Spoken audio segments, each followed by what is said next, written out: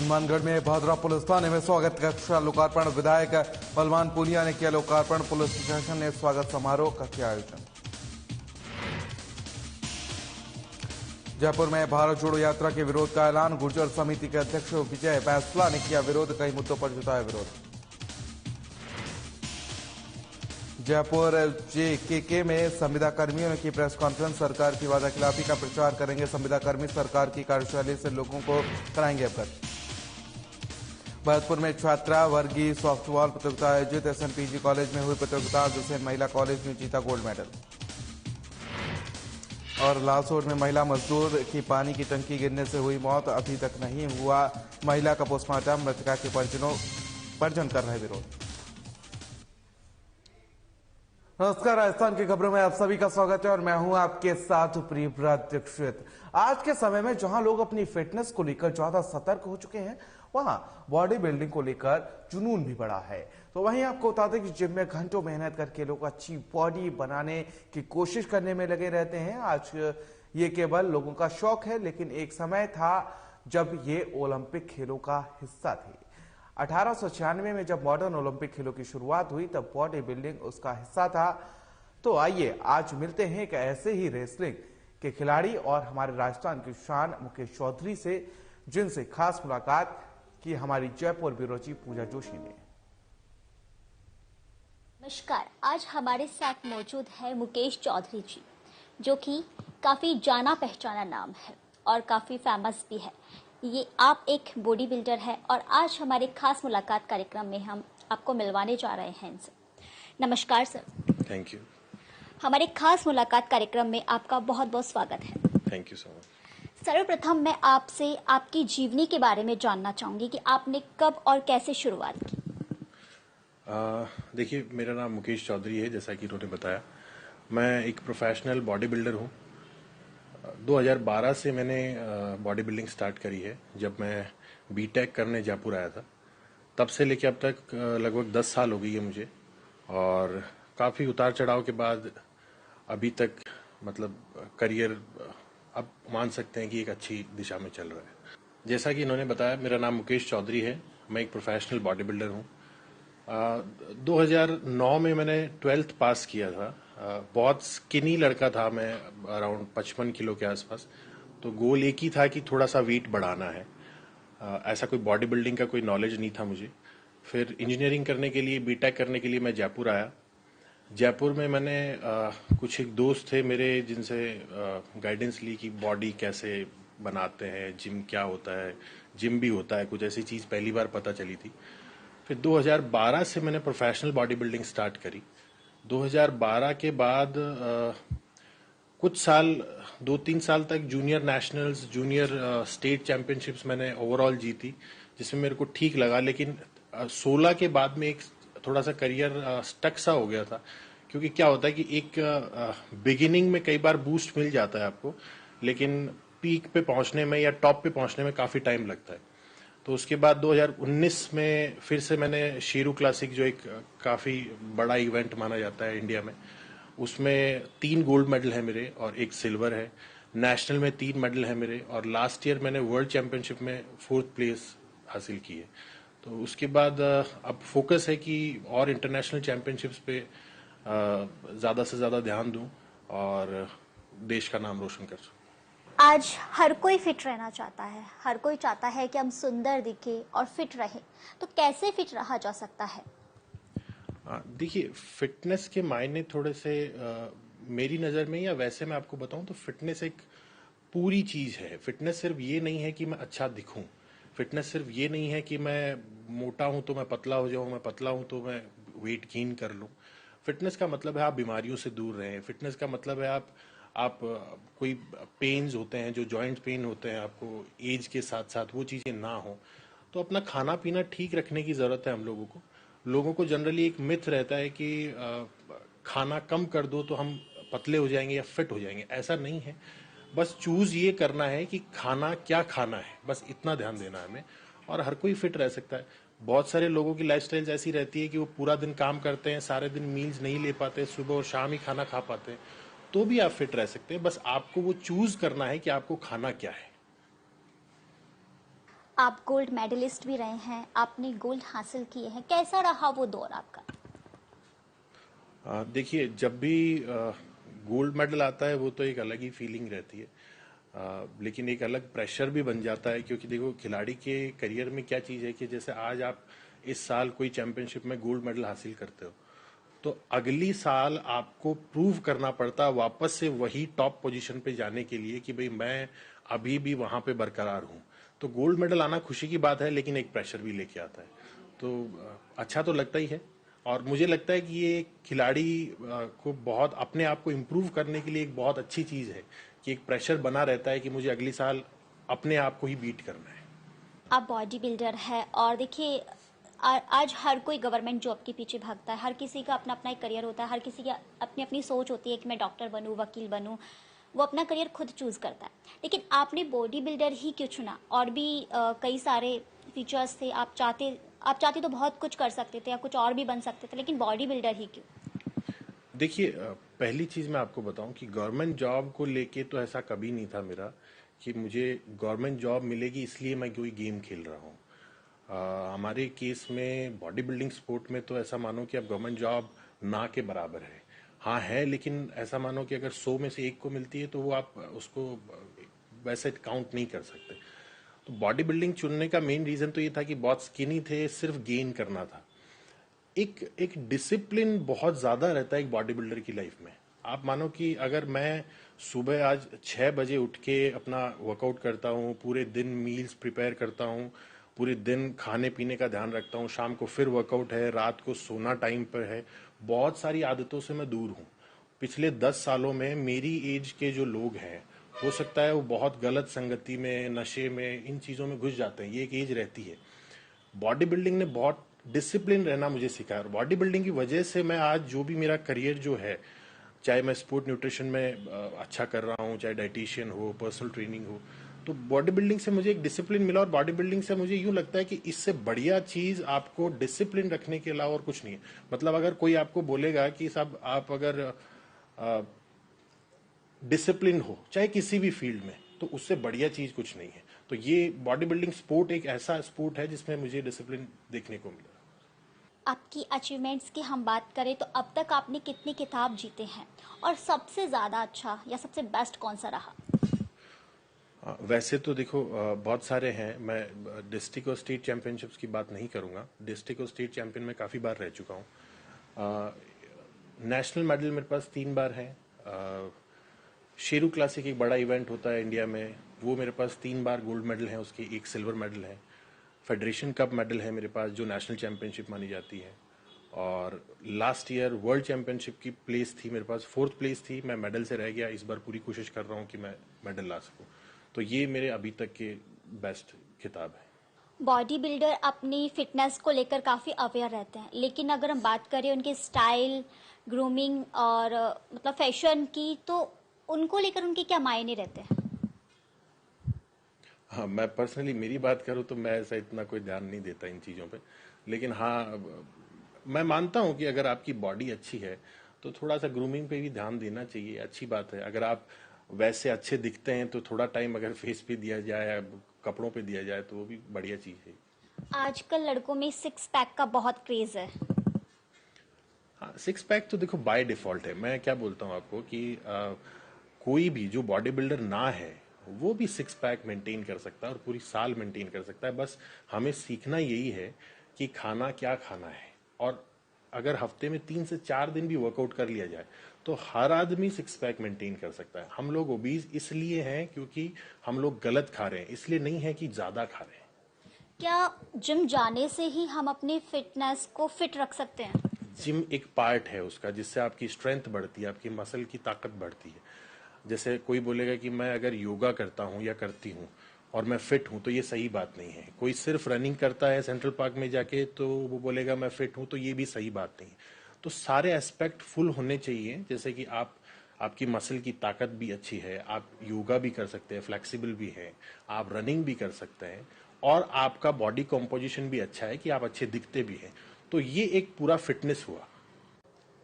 साधना plus channel के जरिए आप आज के युवाओं को क्या संदेश देना चाहेंगे? तो मेरा यही संदेश है सबको कि गलत संगति से दूर रहें, नशे पत्ते से दूर रहें और वर्कआउट करें, डाइट करें, जिससे आप डिसिप्लिन में रहेंगे। भले ही आपका जो भी प्रोफेशन हो, आप स्टूडेंट हैं, आप कोई जॉब करते हैं, जैसा भी आपका। आपकी अचीवमेंट्स की हम बात करें तो कहा जाता है कि हर एक सक्सेस आदमी के पीछे किसी ना किसी का हाथ होता है, तो आपकी सक्सेस का श्रेय किसको जाता है? सक्सेस का श्रेय तो स्टार्ट से ही फादर को ही है।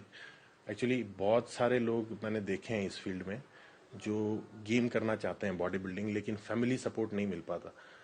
डे वन से ही फादर का सपोर्ट हमेशा से रहा है। उन्होंने यही बोला है कि आप अपनी तैयारी पे ध्यान दो, बाकी जो होगा हम देखेंगे।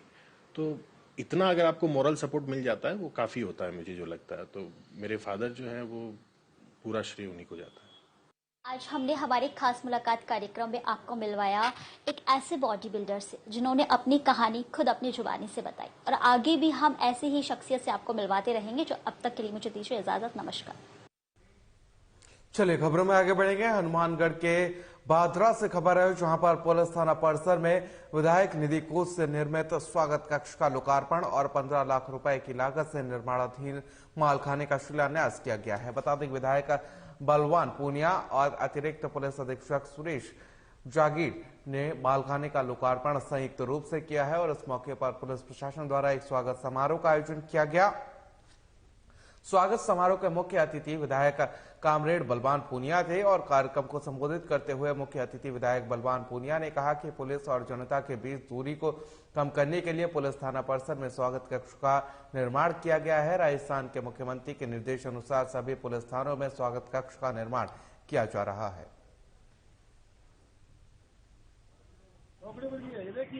एमएलए लेड से स्वागत कक्ष से जो राजस्थान सरकार का कंसेप्ट है, सारे विधायकों ने 200 के 200 विधायकों ने अपने अपने थाना की स्वागत कक्ष बनाए।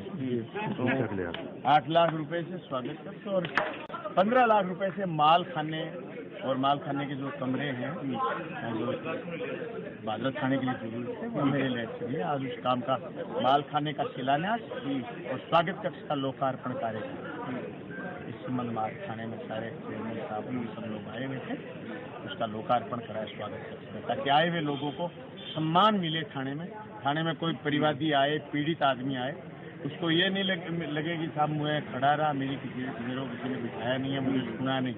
तसल्ली से आए, बैठे, पानी पिए, उसके बाद थानेदार उसकी बात सुने और उसकी समस्या का समाधान करे और न्याय आखिरी आदमी तक न्याय पहुंचाने के कंसेप्ट से स्वागत। चलिए खबरों में आगे बढ़ेंगे। गुर्जर आरक्षण संघर्ष समिति के अध्यक्ष विजय बांसला ने राजस्थान में राहुल गांधी की भारत जोड़ो यात्रा का विरोध करने का ऐलान किया है। आपको बता दें कि उन्होंने कहा कि अगर 20 दिन में हमारी मांगें पूरी नहीं हुई तो बड़ा विरोध प्रदर्शन किया जाएगा। और भी कई मुद्दों पर विजय बांसला ने बेबाकी से अपनी बात रखी है। ये आपको सुनाते हैं कि क्या कुछ कहा गुर्जर नेता विजय बांसला ने। जन्मदिन की फोटो है, उस दिन मैं 233 की बच्चों की बात करने गया था। 7 तारीख को कोर्ट की डेट थी। उससे प्रॉब्लम क्या है? मिलने में क्या दिक्कत है? इतनी बवाल क्यों हो रहा है? ये तो कितना अच्छा होता ना अगर ये फोटो अगर गहलोत जी के साथ होती और हम उनको कहते गहलोत जी आपसे मिल भी लिए देखो और आपने हमारा काम नहीं किया। The point is let's not digress from the topic. The topic is जो समझौते 2019 और 2020 में हुए हैं उसकी सरकार को क्रियान्वित करनी है। आपने उसको पेंडेंसी में छोड़ा हुआ है। हमारे केसों को आपने नहीं खत्म किया। आपने हमारी प्रक्रियाधीन भर्तियां बैकलॉग नहीं दिया। 233 की नौकरी नहीं दी। 372 का समझौता जो कि cabinet sitting state cabinet minister ने साइन किया है उसकी आपने क्रियान्वित नहीं करी। वो मैटर है। उस फोटोग्राफ से क्या लेना देना? उसके वो एक ही क्यों है? उसमें 4 थे। उसका क्या इशू है? क्या आदमी किसी से मिल नहीं सकता? मिलेगा और 10 बार मिलेगा। समाज के लिए चौकीदार हो, दरबान हो, एमएलए हो, कैबिनेट मिनिस्टर हो, सीएम हो, हम सबसे मिलेंगे और 10 बार मिलेंगे। हम तो सीधा ये कह रहे हैं भैया, एमबीसी जो कम्युनिटी है, आपके 37% विधायक जो बैठते हैं विधानसभा में वो हमारे आशीर्वाद से आते हैं। तो अगर हमारे आशीर्वाद से आते हो भाई तो हमारी बात क्यों नहीं कर रहे? इसका मतलब आप केवल ले रहे हो, दे नहीं रहे हो। तो हो सकता है कि अगले इलेक्शंस में हम आपको देना बंद कर दें। फिर क्या होगा? एक दूसरी बात, हम भी राजस्थान के लोग हैं। ऐसा तो है नहीं कि एमबीसी समाज राजस्थान का रहने वाला है, नहीं। हम 7 से 8% हैं, और 7 से 8% लोगों की अगर आप बात नहीं करोगे, you will have a problem and we'll feel bad about it, and if we feel bad about it, it will be bad. It's not ethical. आप पॉलिटिशियंस हैं, पॉलिटिक्स करते हैं, अच्छी बात है, लेकिन जिन लोगों के वोट से आप आकर के बैठते हैं, उनके लिए भी बात करना सीखिए। ये छोटी छोटी टुच्ची चीजों के लिए ना, उस छोटी छोटी जो चिल्पों वाली बातें हैं ना, इनसे समाज आगे नहीं बढ़ते। समाज तो आगे बढ़ाने से बढ़ता है, और अगर समाज आगे नहीं बढ़ेगा तो राजस्थान कैसे बढ़ेगा? एक तरफ आप लोग बात करते हैं हमको राजस्थान को बहुत बड़ा करना है, बहुत प्रगति पे लेके जाना है, ये करना है, वो करना है, और हमारे आप समझौते जो आपके हाथों से शाही से साइन करे हुए हैं, उनका आप क्रियान्वयन नहीं कर रहे हो। Something is not right, either your intent is not right. आपकी मनस्थिति भी शायद ठीक नहीं है, और शायद आपकी इच्छा भी नहीं है। और अगर इच्छा नहीं है और मनस्थिति इस बारे में ठीक नहीं है, तो गुर्जर समाज को ठीक करना। चलिए खबरों में आगे बढ़ेंगे। राजस्थान में राहुल गांधी की भारत छोड़ो यात्रा के प्रवेश करने से पूर्व भी सरकार की मुश्किलें बढ़ती नजर आ रही हैं। प्रदेश के संविदा कर्मियों ने एक बार फिर सरकार की कार्यशैली पर नाराजगी जताई है। संविदा कर्मियों ने सरकार पर वादाखिलाफी का आरोप लगाते हुए कहा कि वे राहुल गांधी की भारत जोड़ो यात्रा के दौरान जगह जगह मुलाकात करेंगे और सरकार की कार्यशैली से अवगत कराएंगे। और बता दें कि आज जवाहर कला केंद्र में अल्पसंख्यक विभाग, चिकित्सा स्वास्थ्य और चिकित्सा शिक्षा विभाग, ग्रामीण विकास और पंचायती राज विभाग के संविदा कर्मियों के प्रतिनिधिमंडल ने संयुक्त रूप से प्रेस वार्ता की थी। प्रेस वार्ता में मौजूद प्रतिनिधिमंडल ने कहा कि कैबिनेट मंत्री डॉक्टर बी.डी. कल्ला की अध्यक्षता में संविदा कर्मचारियों को नियमित करने के लिए सरकार ने एक कमेटी का गठन किया गया था, लेकिन अभी तक उस कमेटी की रिपोर्ट लंबित है। सरकार के मंत्री, विधायक, मुख्यमंत्री या अधिकारीगण सबसे एक सवाल पूछते हैं कि जो नियम आप लेके आए हैं, उन नियमों के किस बिंदु के अंतर्गत आपने नियमित कर दिया, जो आप ये इतना बड़ा एडवर्टाइजमेंट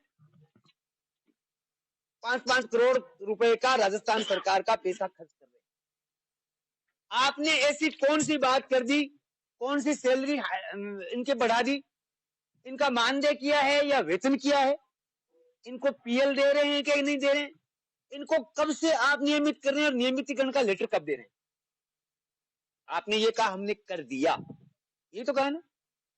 अगर कर दिया तो आपका नियमितीकरण का लेटर कहां है? दूसरी बात, आपने हायरिंग रूल्स में बिंदु नंबर 20 में जो दिया है स्क्रीनिंग, उस स्क्रीनिंग के हिसाब से इन लोगों के ऊपर पहले तलवार नहीं थी। 30 साल से, 32 साल से, 25 साल से, 8 साल से, 10 साल से ये लोग काम कर रहे थे, और किसी सरकार में ये हिम्मत नहीं थी कि इनको हटा दे। अब आपने इस हायरिंग रूल में सरकार को, अधिकारियों को ये अधिकार दे दिया कि इनको 5 साल बाद, 3 साल बाद, 2 साल बाद हटाया जा सकता। चलिए खबरों में आगे बढ़ेंगे। उदयपुर रेलवे ब्रिज पर ब्लास्ट करने के मामले में एटीएस ने चौंकाने वाला खुलासा किया है। रेलवे ट्रैक के लिए जमीन अधिग्रहण का मुआवजा कम मिलने के कारण ये साजिश रची गई थी, और इस मामले में एक नाबालिग सहित 4 लोगों को हिरासत में लिया गया है, जिसमें विस्फोटक बेचने वाले भी शामिल हैं, और इनसे पूछताछ में कई अहम और जानकारियां सामने आने वाली हैं। आपको बता दें कि ATS SOG ADG Ashok Rathore ने कल शाम को जयपुर में प्रेस कॉन्फ्रेंस कर ब्लास्ट मामले में संबंधित अहम जानकारी दी है। तो अभी हमने पूछताछ की, उसमें इन्होंने ये स्वीकार किया है कि इनका उद्देश्य कतई यह नहीं था कि किसी प्रकार की जनहानिकारी। सर, इसके तार जो डूंगरपुर में जो बरामद हुए हैं जिलेटिन के जो छड़े, उससे कोई लेना देना नहीं है। अभी तक की जो अनुसंधान के आधार पे ये कह सकता हूँ, उसका कोई लेन देन नहीं है। वो जो इस तरह की जो वहाँ पे लोग उसको डिस्कार्ड कर रहे हैं, जो एक्सप्लोसिव्स का, उसका मूल कारण ये है कि जैसे ही पुलिस की सरगर्मी बढ़ी, तो जिसके पास भी अगर अवैध कुछ इस तरह का है, तो ऐसा प्रतीत होता है कि वो उसको डिस्कार्ड कर। लोग प्रशासन का ध्यान आकर्षण करना चाहते थे, या सिर्फ इनका यही मोटो था कि केवल एक छोटा मोटा ब्लास्ट कर दिया जाए और उससे जो है जानकारी मिल जाए? लेकिन ये कैसे पता पड़ता है कि इन्हीं की जमीन का मुआवजा था, ये बदला लेना चाहते थे? वो अब अभी कागज वगैरह जब इनके संभालेंगे कि कब तो इन्होंने क्या अप्लाई किया या वैलिड कोई क्लेम बनता भी है या नहीं। कोई अभी मान लो शुरुआत में अगर ये बात कह रहा है तो जो अभी तक हमें पता चला है उस आधार पर मैं ये बात बता रहा हूँ। लेकिन मैंने अभी अपनी जो ब्रीफिंग उसमें ये कहा था कि एक बार जब हमें और अनुसंधान कर लेंगे तो ये पता लगेगा कि एजेंडा। चलिए खबरों में आगे बढ़ेंगे। महाराजा सूरजमल ब्रज विश्वविद्यालय की ओर से चल रही खेलकूद प्रतियोगिता के तहत SNPG कॉलेज पर छात्र वर्गीय सॉफ्टबॉल प्रतियोगिता आयोजित हुई है, जिसमें कृषि महिला कॉलेज भरतपुर ने गोल्ड, SN कॉलेज हलैना ने रजत कांस्य पदक जीता है। प्रतियोगिता का शुभारंभ ब्रज विश्वविद्यालय खेल बोर्ड के पूर्व अधिकारी भगवान सिंह गुर्जर और जिला खेल अधिकारी अभिषेक पवार के साथ मुख्य अतिथि SN कॉलेज के निदेशक डॉक्टर राकेश कुमार, गंगाशरण महिला महाविद्यालय के निदेशिका ब्रिजेश कुमारी की अध्यक्षता में हुआ।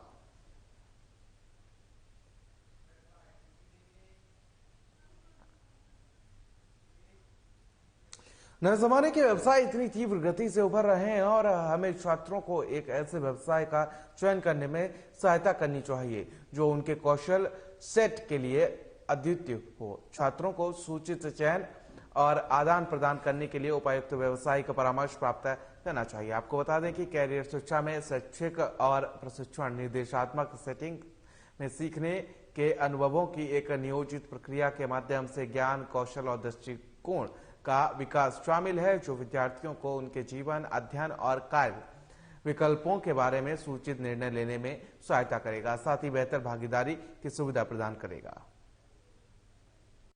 Greetings from Remarkable Education that leads the way in career counseling and psychological treatments. We combine our services and enrichment techniques to offer top-notch trainings in Rajasthan and other Indian states with an event on enacted, unmined and uncultural actions in vocational counseling. Yes, Remarkable Education is coming up to your city, Jaipur on 19th of November at Jawahar Kala Kendra to meet you all, where NEP will be discussed during our event and speakers will cover a diverse range of topics. Our goal is to provide instructors with career counseling education so they can support pupils in the classroom. चलिए खबरों में आगे बढ़ेंगे। लालसोट क्षेत्र के रामगढ़ पचवारा थाना क्षेत्र में अहमराबाद गांव में दिल्ली मुंबई एक्सप्रेसवे निर्माणाधीन रेस्ट एरिया में बीते कल गुरुवार शाम को काम कर रही एक महिला मजदूर की पानी की टंकी गिरने से मौत हो गई। आपको बता दें कि मृतक महिला का शव रामगढ़ पचवारा उप जिला हॉस्पिटल की मोर्चरी में रखवा दिया गया है। वहीं ग्रामीण महिला के परिवार को आर्थिक सहायता की मांग करते हुए शव को पोस्टमार्टम नहीं कराने की बात पर अड़े हुए हैं, जिस पर मौके पर पुलिस और प्रशासन के अधिकारी भी मौजूद हैं, जिनके द्वारा निर्माणाधीन कंपनी के ठेकेदार को बुलवाया जा रहा है और ग्रामीणों से समझाइश के प्रयास भी किए जा रहे हैं।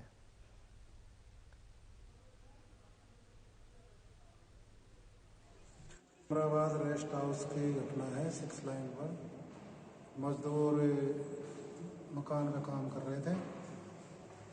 5 बजते ही और मजदूर जा चुके थे, लेडीज पीछे रह गई थी। अब दूसरा इनका साथी मजदूर है जो ऊपर छत पे पानी की टंकी खाली करके उस टंकी को काम खत्म शाम 5 बज गए थे, वो खाली टंकी को नीचे डाल रहा था। जैसे ही उसने टंकी डाली वही उसी दौरान इसका निकलना हुआ, जो टंकी इसके सिर पे। चलिए खबरों में आगे बढ़ेंगे। अगरिया में 7 दिवसीय गौ महिमा की सरिता का शुभारंभ आज शाम 7 बजे से हो गया है। वहीं आपको बता दें कि पंचमुखी हनुमान नंदी गौशाला के अध्यक्ष महामंडलेश्वर सीताराम दास ने कहा कि कथा के माध्यम से गांव-गांव गौ सेवा का संदेश जाएगा। आपको बता दें कि वहीं संत हरिदास ने कहा कि गौ माता के रक्षक बने और हर घर गौ माता की सेवा हो, इसी के निमित्त गौ कथा का आयोजन हो रहा है। और वहीं साध्वी आराधना गोपाल सरस्वती ने कहा कि मेवाड़ से 31 वर्षीय गौ पर्यावरण चेतना आध्यात्मिक चेतना यात्रा के प्रेरणा और संयोजन गुरुदेव गोपालानंद सरस्वती कथा व्यास होंगे और ये सभी के लिए सौभाग्य की बात है।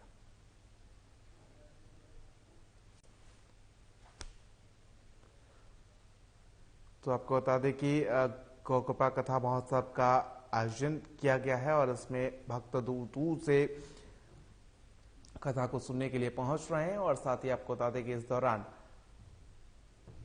भारी संख्या में भक्त भी मौजूद रहे हैं।